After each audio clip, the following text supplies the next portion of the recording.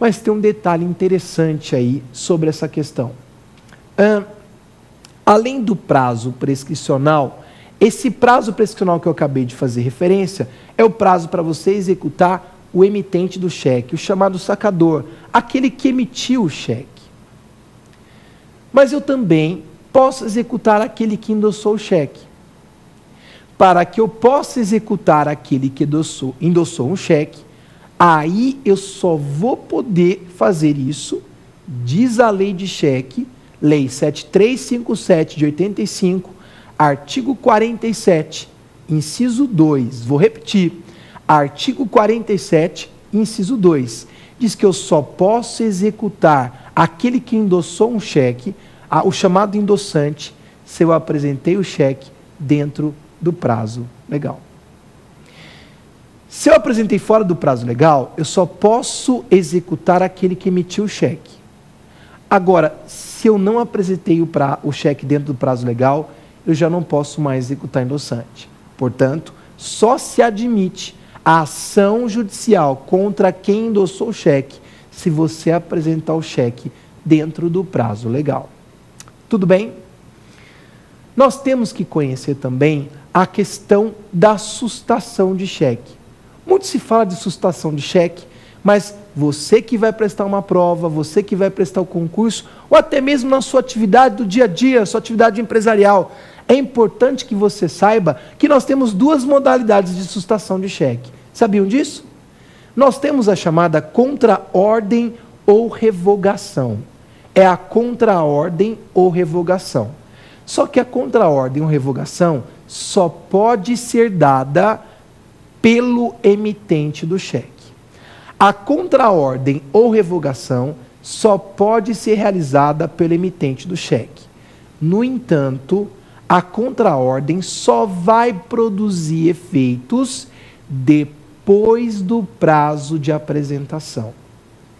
Isto é, você só vai poder sustar o pagamento daquele cheque depois de 30 dias contados da data da emissão, se for na mesma praça, ou 60 dias contados da data da emissão, se for em praça diferente.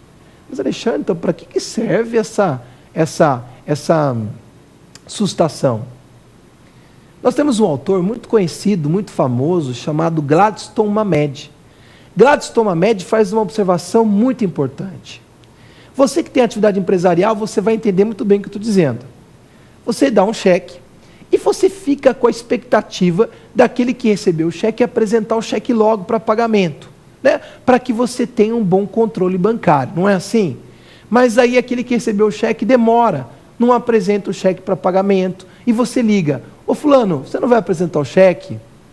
Vou sim, aguarde mais um minutinho, alguns dias, já estou apresentando. E aí você fica ali tentando controlar aquela conta, aquele dinheiro fica reservado, e você tem uma vontade louca de acabar com aquele dinheiro logo, né? E aí então você procura o camarada: meu amigo, você não vai depositar o cheque? Ah, vou depositar. Chega num determinado momento, você acaba esquecendo desse cheque e gasta aquele dinheiro. E é bem nesse momento que o nosso querido amigo apresenta o cheque para pagamento. E aí o que acontece? O cheque volta por falta de fundo.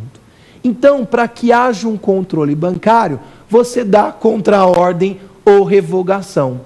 Porque com a contraordem ou revogação, ele dentro do prazo de apresentação, ele pode apresentar o cheque e o banco vai pagar o cheque numa boa.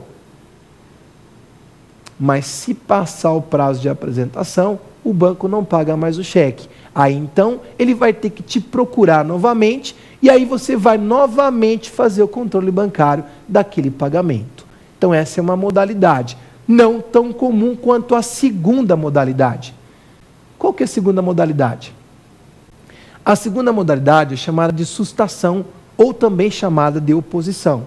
É o caso mais comum, aquele caso que a gente vê no dia a dia. Quem que dá a sustação à oposição? É só o emitente? Não. O portador legitimado também pode. Sabiam disso? Como assim, Alexandre, portador legitimado?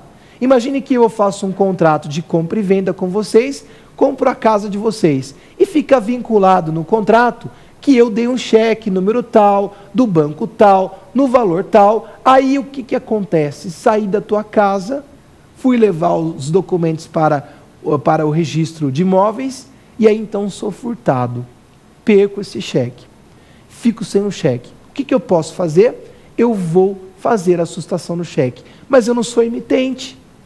Você não é emitente, mas é portador legitimado. A lei permite que o portador legitimado e o emitente façam a sustação no cheque. Agora, o detalhe, aqui nessa sustação, chamada oposição ou sustação, você não tem que esperar o prazo de apresentação. Você pode dar uma ordem para que o banco não efetue o pagamento do cheque, suste o pagamento do cheque, mesmo durante o prazo de apresentação, desde que tenha razões motivadoras para determinado ato. Haja o quê? Haja motivo relevante para que se faça essa sustação. Tudo bem?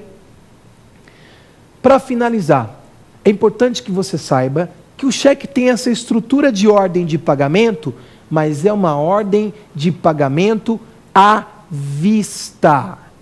Significa que, se você colocar no cheque aquela cláusula assim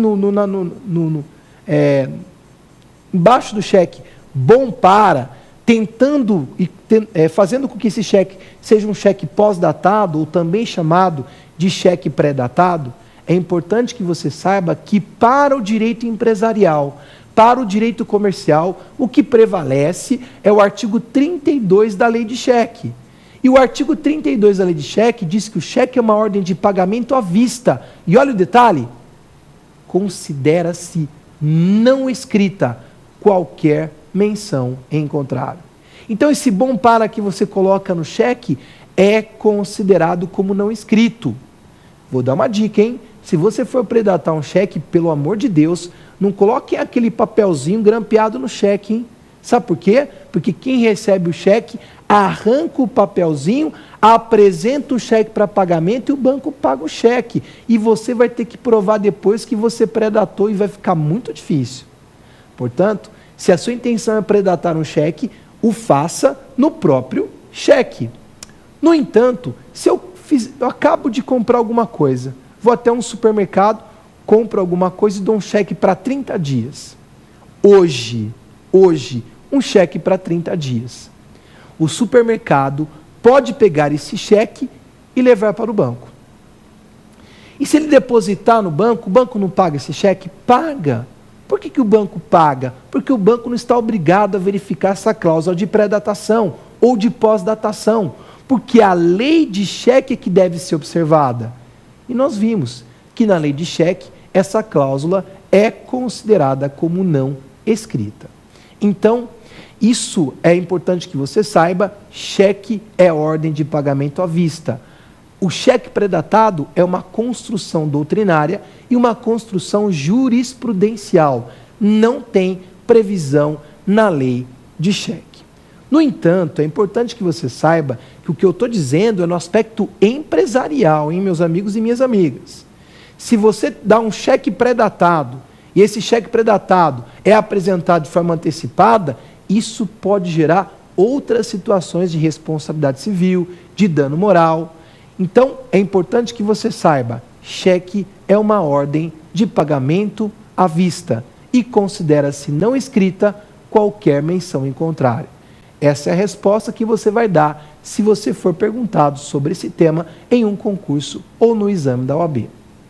Vamos agora passar para o nosso segundo bloco. Pergunte ao professor.